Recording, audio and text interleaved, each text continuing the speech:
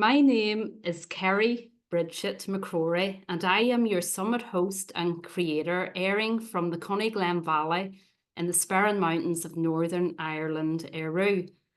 My mountain is called Spatnaduagh, and my river is the Coney Burn that gradually flows into the Owen Killiu River. So today we're bringing together the multifaceted custodians of our planet and humanity to reveal deep truths, wisdom, and tools to enable the guardianship of our planet for the future generations. Sacred protection, connection, and the holding of earthly and cosmic light portals is potent to humanity's highest timeline ascension.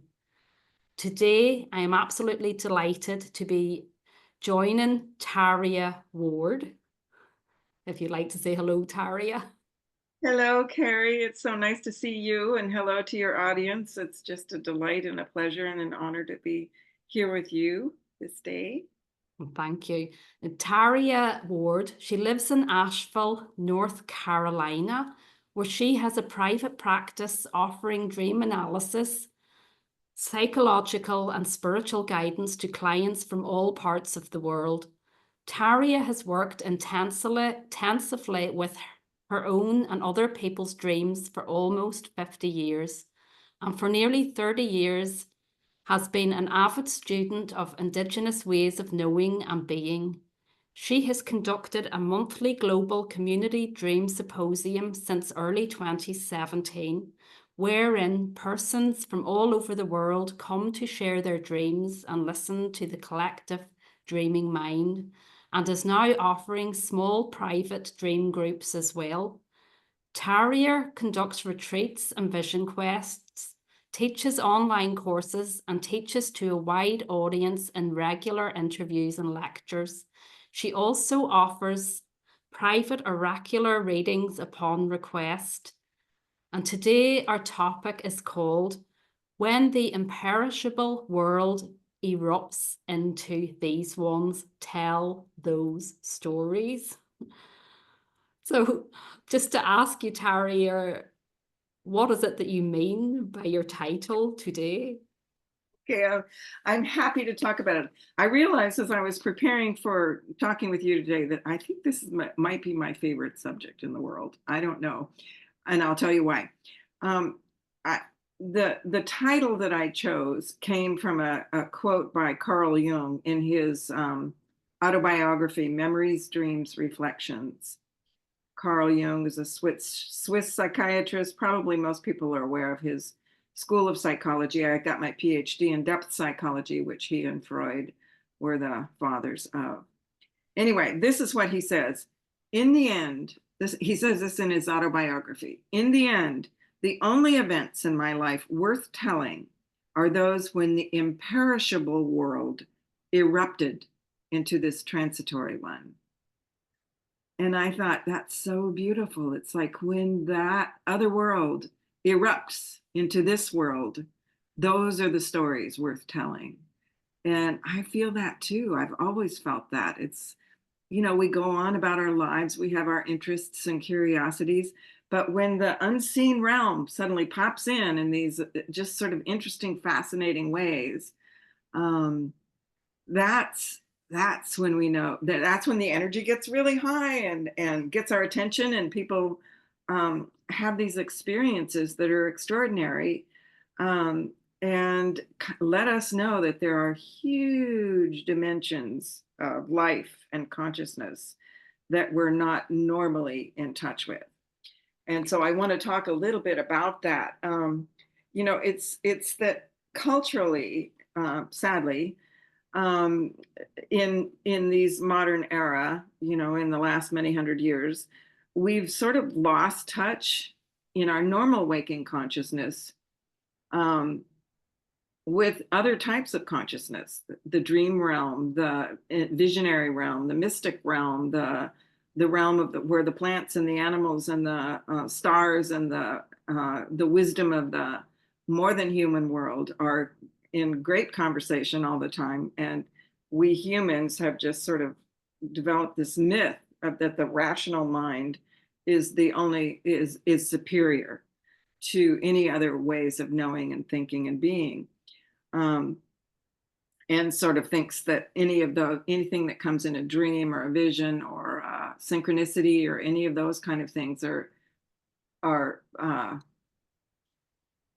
at best to be ignored, and at worst, there's some kind of delusion or pathology or something. If you start to see those things, that it's not, it's suspect. And so we've developed this sort of myth of the rational mind and science and materialism, where the earth and the cosmos are just this big machine. There's no soul, there's no spirit. It's not a conscious living, evolving thing, but it's just this big sort of mathematical equation that's happening. And so we've lost touch with these other aspects and ways of knowing and being. Our older brain, which we've sort of lost access to, but our older brain is instinctual, and it can sense and know the future, the deep past, what's coming through the starry cosmos, what's happening in the dreamtime realm. These aspects of our knowing are quite ordinary to us, but we've made them extraordinary by ignoring them. And many will say, scientists will say, who care very much about these other ways of knowing, that if we don't continue to strengthen our connection to these other aspects of mind and brain, that we could lose access to it. It could atrophy like an old organ that we don't use. Mm-hmm. And then we will be lost in our rational materialistic world. And then we won't survive it. We are meant to be in touch with those aspects of wisdom and knowledge that will help us to keep in balance. So it's so impactful. It's so impactful when something like that does happen, because we're not prepared for it. Like it changes your whole world. You don't know how to be in the world when you have an experience like that. Yeah, and that's why we need to tell the stories, so that we can learn how to be in the world and strengthen our connection, strengthen our own connection. And that's why, I put on the title, Tell the Stories, because there's something about giving voice to it, giving your energy, your mind, your brain, finding words for things, communicating things, and telling the stories that help us to know how to live into and with these kind of incidents. And would you have had events yourself, Tayria, or would you have had like some major events that sort of propelled you into the understanding of that on such a deep level? Oh yes, and I will tell some, but the thing is that those kind of things have been the fascinations that I've had since way early in life, is when the eruption of the unseen realm comes into this 3D realm. So yes, and Carrie, I feel so fortunate with the work I do. I do dream analysis and I do psychological and spiritual counseling for people, but and a lot of work around that. And I get to hear these stories that people don't have anybody else to tell them to.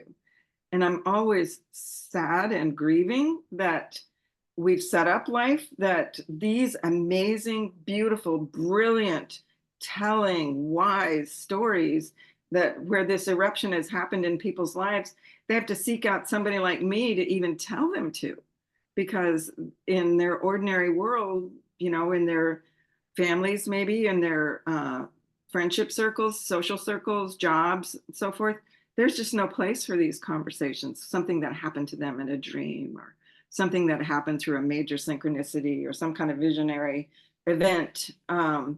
So yes, and people are having them all the time. Yeah, the terms have been lost. I know years ago I had, like, I would call it a prophetic dream, and I didn't at the time.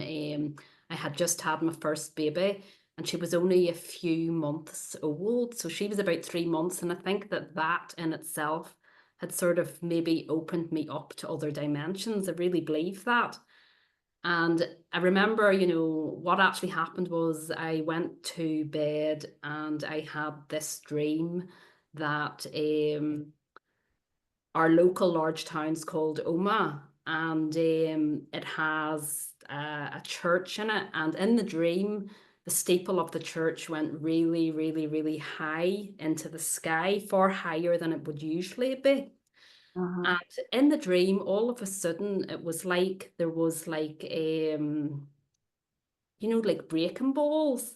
So there was a breaking ball, and it was beside the steeple, and the breaking ball was going round like this, whoosh, whoosh, like this, round the steeple. And then the next thing in the dream, the breaking ball hit the steeple, and the steeple seemed absolutely humongous, and it was just falling on the whole town. It was coming crashing down. So I remember having the dream, and I turned around after I'd had the dream, and I woke my husband up and I told him the dream. And then I says, that was way too scary. That dream doesn't mean anything. Right. So that was the way, I analysed it to cope with it. And I think 1 or 2 days later, I was sitting feeding my baby. And all of a sudden, I was watching the Twin Towers being struck in New York. So, I remember, telling my mum, right? And I remember my mum saying to me, I remember her calling me a sharp dreamer. And a sharp dreamer is a term I've never heard of. So this is like one of those old terms where we're in connection with our, to me, I had a wee taste. I'm not going to say anything like what the people went through, but it was horrendous. Like, it was so scary. But it's just, what I'm going to say is, like, the dreams definitely, I'm going to say that there's a merging of realities. That's what I believe, the dreams and our real life. There actually is an overlap, and there's a merging of realities. It's so interesting. I mean, there's so many things I'd just love to explore about that. And one thing is just that how it shows up in your dream. There you are in Ireland, and it's your own spire there, but it's so clearly foreseeing, a foreshadowing of what was to come. How it shows up in the dreams like this, and then how you see it in ordinary life. And what's also interesting, I love the principles of synchronicity. So here I am in Brooklyn right now because Asheville has just been slammed with a hurricane, and I can't even work there right now. So I've been away. I was met a neighbor in this apartment building that I'm staying in, and we went for a walk last night, and he was telling me the whole story of he was here on 9/11 and watching people walking down the street with soot all over themselves, just like in shock, like hardly. So he was telling me these detailed, horrific stories. And here you are telling me this today. That was just, less than 12 hours ago. I was hearing that story from right here where it happened.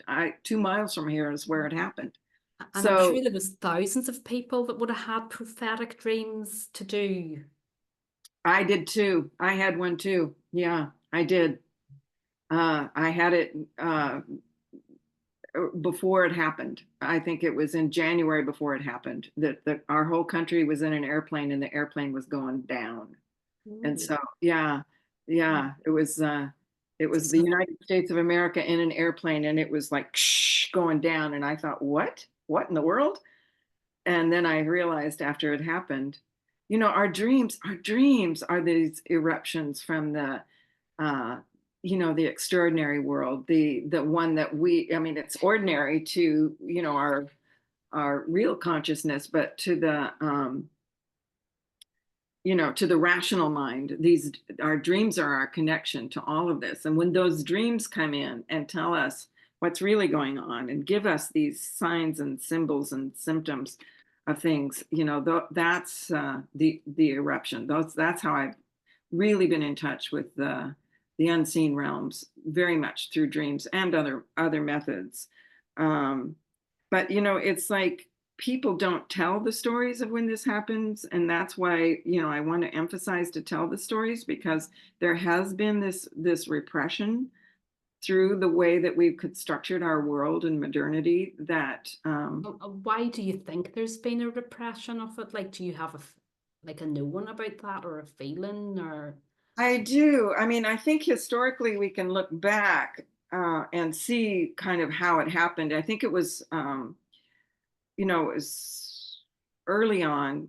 Um, you know, there are so many historical ways to start to say how this happened, but the church wanted to have their own authority. Only the priests were connected to God, and so you had to pay tithes to the priests, and you had to obey the priests, and only the priests knew. And so you can't have your own connection. You don't get to um, talk to God directly. And women were burned because they had their own direct connection to the unseen realms. You know, it's like, and whole cultures of people were killed in the Inquisition and so forth for not, just going along with the authority. And so, this is a story that I was remembering this morning. A woman that I know from Ireland. I thought I should tell this story to you. You're this, but she was somebody that I knew years ago and met on the island of Iona. But she was Irish, and she said in her village there was a woman named Mary, and Mary was uh, trying to obey the priests, she was saying something about the fairies or something, and the priest said, "Now, Mary, you don't believe in fairies, do you?" And she said, "Oh no, Father, I don't believe in them, but they're there." I think that's how everybody in Ireland I don't feels. believe in them, but they're there. So, Uh-huh. and it's like God bless the priests of the world trying to do the right thing. I'm not trying to demonize anybody here, but it's a system of thought, a system of superiority, of the authorized events, where they, visionaries will have these big visions, and the priests say, "Nah, it didn't happen," and so the nun has to go back and say, "I guess I can't believe my own visions." That it's just gone on for centuries. And in our social circles, if we start to tell stories of having conversed with the dead, or whatever it is, there's a lot of ridicule that can come along with that. People don't believe it, or people get frightened. They have their energies really changes because they're scared. It goes against something of their belief system. Their David Bohm, the physicist. I used to teach his theories, but he said the brain completely ignores something unless it has a concept for it. And so, unless you have a concept that the dead are living and the dead can get through to you easily, and have done for millennia, in earlier eras, the dead and the living were very conversant with one another. And but unless you have a concept that that's possible, your brain doesn't pick it up. And so we have to just kind of work on our concepts that fairies are there. They show up in these interesting ways. They're plants and they're trees, and their bodies are these other sort of elements of nature, and also spirit elements, and that the dead are conversing with us all the time. I remember one night I was in my bedroom sleeping, and somebody walked in my room. It's kind of like abruptly walked in my room, woke me up, and was looking for Josie, my daughter. And I thought, why is somebody in my room from the other side looking for Josie here? She's not here. Um, and she told me the next day that her friend, a good friend of hers, had dropped dead. And he was somebody she texted with all the time. And some sudden death. And I knew his spirit somehow was looking for her, knew that he could get through to me. She said he wouldn't come to me because I wouldn't have been open to it. It's like you have to have a concept for these things. So It's we so need to true. sort of work on our concepts that the invisible, the unseen realms are consistently available and talking to us. And if we can get in touch with them, that is the wholeness of who we are. we've tried to make ourselves into these little sort of paper doll images of, and we're ruining the planet. We're ruining our Yeah, but connection, we're uh, yeah, our deepest values for life. closing down our gifts. That's the way I look at it. These are portals, these portals we have with connection with other people. They're portals, and they're important portals. And they've been, like you say, they've been closed down. They've been shut down, and it's deliberately so that it's like, well, we're not actually fully living by not having our portals open. We're going around like mummies or zombies, or we're not satisfied because we're not using all parts of ourselves. And then, uh, maybe we've work to do on ourselves, work to do on our heart space, that we can reopen these gifts that we all Yes, have. yes, please, yes, Uh-huh. yes. Yeah, I love how you're putting that. It's like open the portals to the unseen realms. And that's what I studied a lot with indigenous uh, elders and teachers and shamans and so forth. And that's what the earlier peoples, were quite aware of the voices in the trees and in the birds and in the wind and in the waters and in the stars and in the ancestral realm, always in touch with all of those voices. And when we shut all that down, we became a species that's really mentally ill. That's what David Bohm said. It's like by shutting all that down, we actually have brain damage we have to recover from, because we've shut off parts of our own brain. So that's why, and so I feel like we have to go against the internal sort of shaming and oppression, like that didn't happen, that can't be real, or I can't tell that story, or that'll make me. We have to work with our own sort of internal repressive, oppressive parts, and then have the courage to, and the joy to tell the stories, and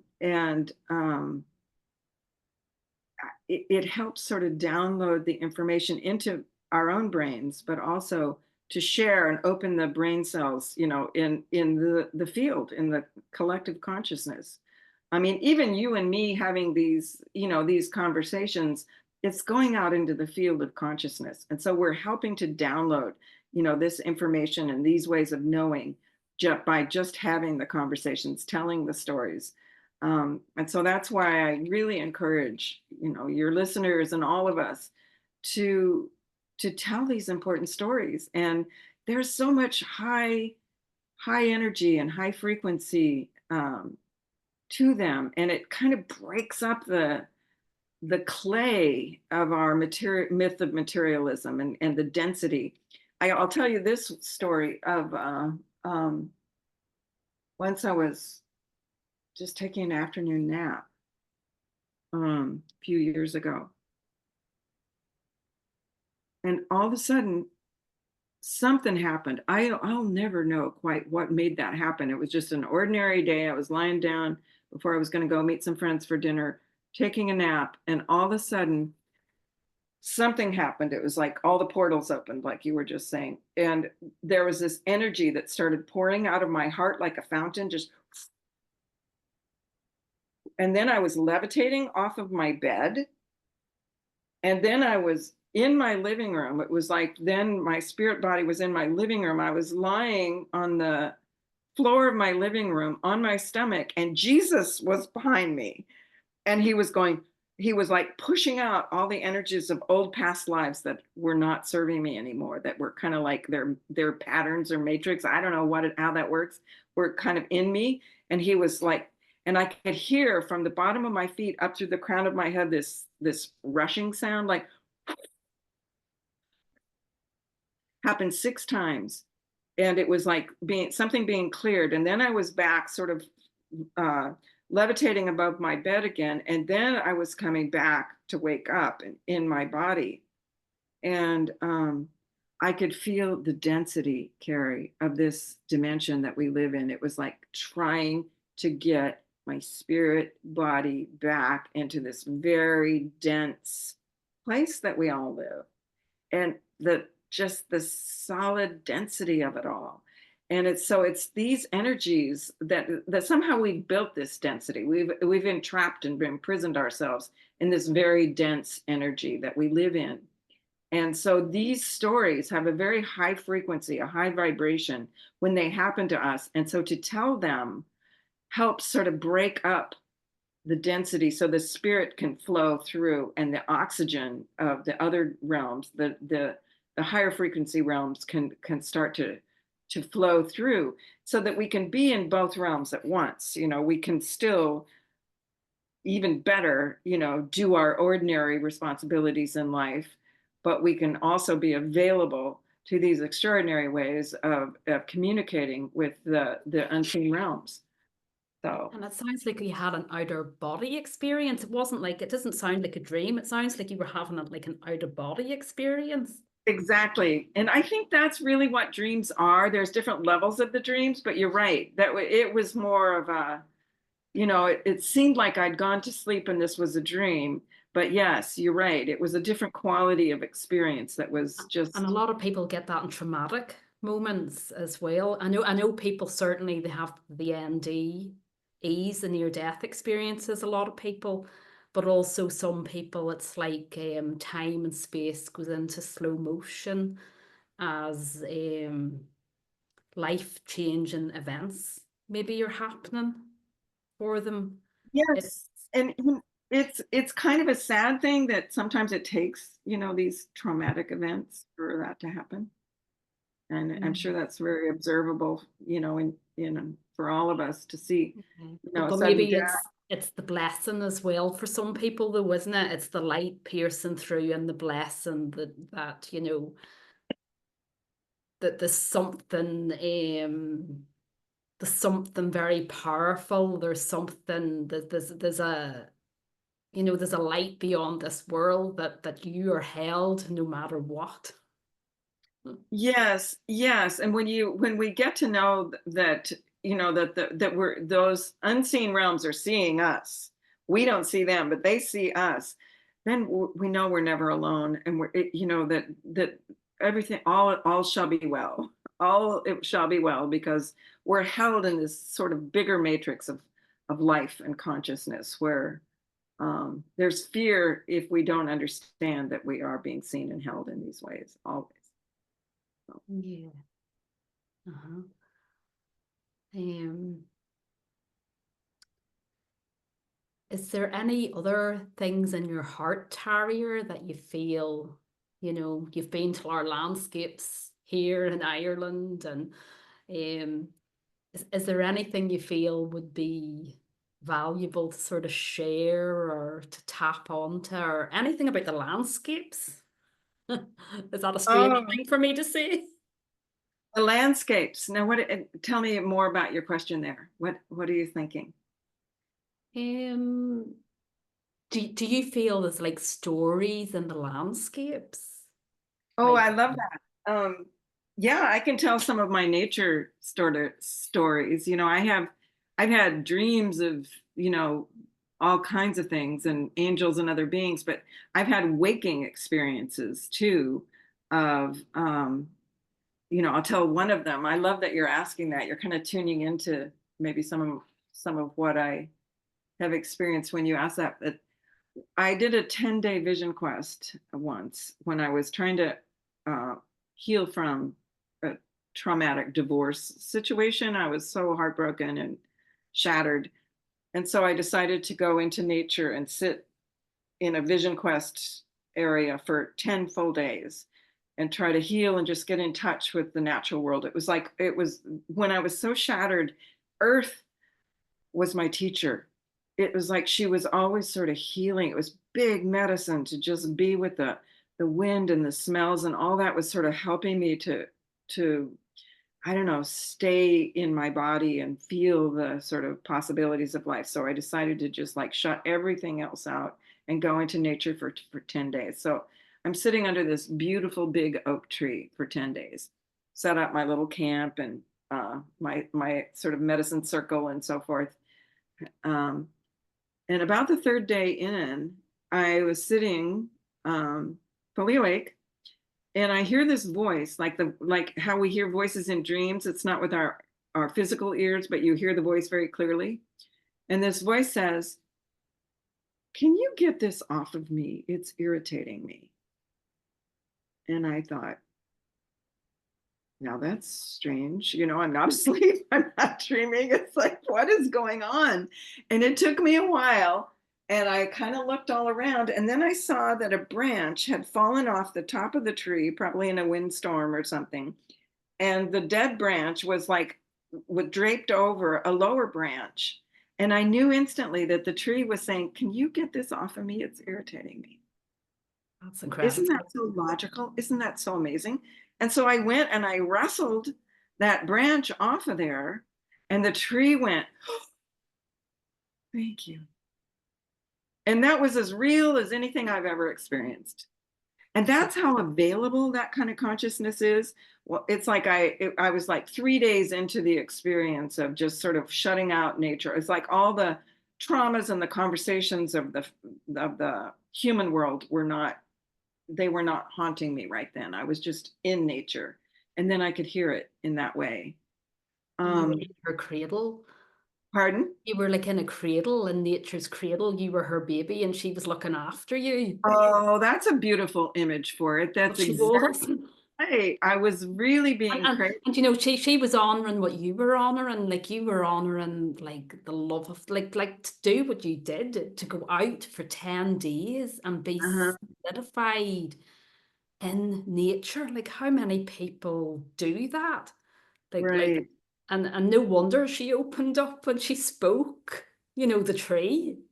In modernity, not many people do it, but it used to be, in the earlier eras, that this was very common to go into nature. That in Australia, they had the walkabouts, and they would send, the young person out to walk in the land without water, without food or anything, and just go survive and just. So it was, it used to be that it was understood that that was a way to sort of develop yourself and your connection to the what's real, what's true, what's and who you are and what you can do. So yes, it's And it unusual. happened to me once in this glen. It's a good few years ago now. Oh, It's maybe a decade ago, but I was walking around the glen and I had maybe put myself into a situation where I was maybe a bit codependent or somebody's opinions mattered too much.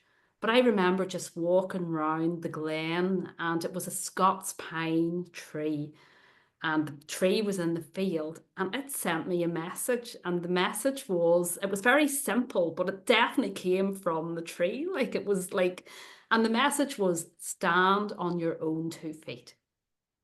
And like I know it came from that tree, that this tree was giving me this message to stand on my own 2 feet. And the thing is, whenever these experiences happen as well, though, I think you're sort of like you're walking and you're always waiting for messages, but it doesn't quite work like that. right, exactly. You're right. It is a good Uh-huh. point. Yes. But whenever we do get any experience, be it through the nature speaking to us, or be it through the story or the dreams, like what I find so incredible is it can be just like a second. But boy, oh my God, that second could fill you for a billion lives, whatever has been put into it. Does Th- it? th- it's it's really true, and you're changed, as you mentioned earlier. You're changed. Once you have an experience like that, you can't unsee it. You can't unknow it. No, you can't Um, undo it. or you can't, right? It's interesting. Like a couple of years later, I was sleeping outdoors about a mile from where that tree that spoke to me was. And I woke up in the middle of the night, and it was like I was on the other end of a rubber band. I was just being pulled. And I put on my boots really fast, just woke up out of a deep sleep. And all of a sudden I was running, and it was like I didn't even know what was pulling me. And then I just was going through these landscapes, and there were animals kind of hissing, like, who's like stomping through our territory in the middle of the night? And I wasn't scared. I was just going. And then I found myself at the foot of that tree, and the tree said, "Now, what can I do for you?" Oh, wow. because I'd done something for it and stayed with it and loved it. And this was 2 years later. I can't make that stuff up. The tree was like, okay, now what can I do for you? And I just cried and I wept. And I said, help me know how to tell these stories. Yeah, and you know what I'm getting from that when you share that is like, the power of that and that love. So think of the power of every step we take when we're in nature and the love. What is actually like this relationship, this, that's what that brings to me, that the power that's in our intention whenever we witness Mhm. nature or an animal or just, it's I'm going to say it's about the power of love. It's just like, That's exactly right. That is uh-huh. the energy of what it is. It's just absolute unconditional cosmological power of love. And something that's at our fingertips, but we we need to remember this. It's at our fingertips because our fingertips is just, what is it? An extension of what's coming out of our heart. Right, exactly. This is true. Yeah. Mhm. The hands and the arms and the fingers are just extensions from the area of the heart. Yeah. Just Yeah. incredible. Well, thank you so much, Tarrier, for coming and being with us today for the Sacred Rainbow Current Summit. Um, Oh, I thought you'd froze up, but you haven't froze up. We'll speak away here. I Oh, want to okay. I'm mention, here. I'm right here. you're still here. I want to mention before you go, Tarrier, about your beautiful free gift. And this is connected to work that Tarrier has been involved with for some years. And it's a beautiful gift. It's a symposium that's conducted by Tarrier and her colleague Jocelyn Starr Feather. And each month, dreamers from all over the world come to share their dreams and listen to the messages that are emerging. They're exploring the wisdom, the guidance, and the advice given through the collective dimensions of the dreams. And together, we hear their voices, we receive their medicine and their magic. Dream offers insights from the depths of the world soul and of our physique. Some enter the dream time with us. Bring your dreams and open your hearts to the wisdom received. And you can register. I'll be putting all the details below Tarrier's share today, so you can register below to the links. And also, if you don't make it to a live recording, it's very generously shared on a replay.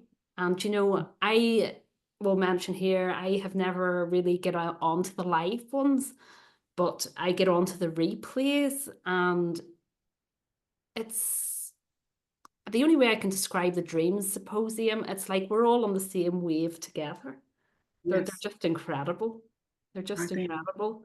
Yeah. Yeah. So Tarrier's website as well is tarrierward.com, and her emails, all your details will be below. So I can't thank you enough, Tarrier, for taking the time today to come on and share with us on the summit. Thank you so, so much.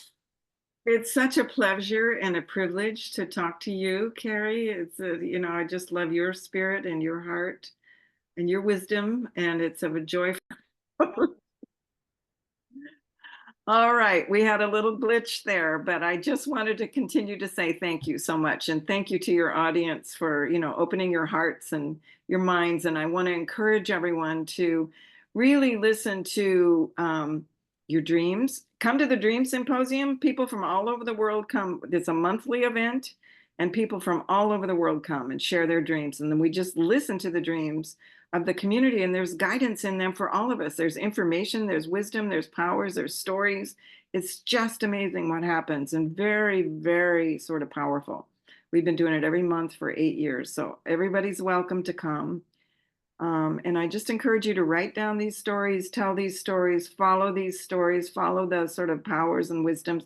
Don't be ashamed, or work with the intelligence, we uh, maybe don't tell them to people who are just going to ridicule you, but find your tribe and talk about them, as best you can, and sort of bring in the sort of the solidity, like solidify this through your voice and your heart and your eyes and your expressions of the intelligences that want to find their way into the world through us and with us.